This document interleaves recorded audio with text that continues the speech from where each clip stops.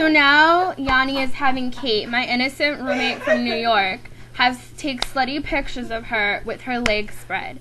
Honey, we are in rehab, okay? Like, this is a subject I really want to talk about. Okay, so we're in rehab, and yet bitches be going to AA meetings like they're going to the fucking club. Like, who are you trying to pick up? A drunk?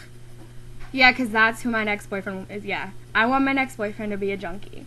Ladies, put your clothes back on. Okay?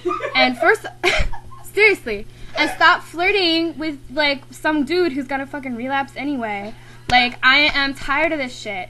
Oh, I'm tired of that too. Like, I hate when people clap their hands when they're trying to make a point, and look at me now, I'm doing it. So, but really, like, when you go to an AA meeting, like, you're supposed to be connecting with God, and, like, you're trying to get sober. So, maybe put on, like, a sweater or, like, a nice top, but, like, stop trying to act like you're J-Lo or fucking Blake Lively, like, going on the red carpet, because you're not.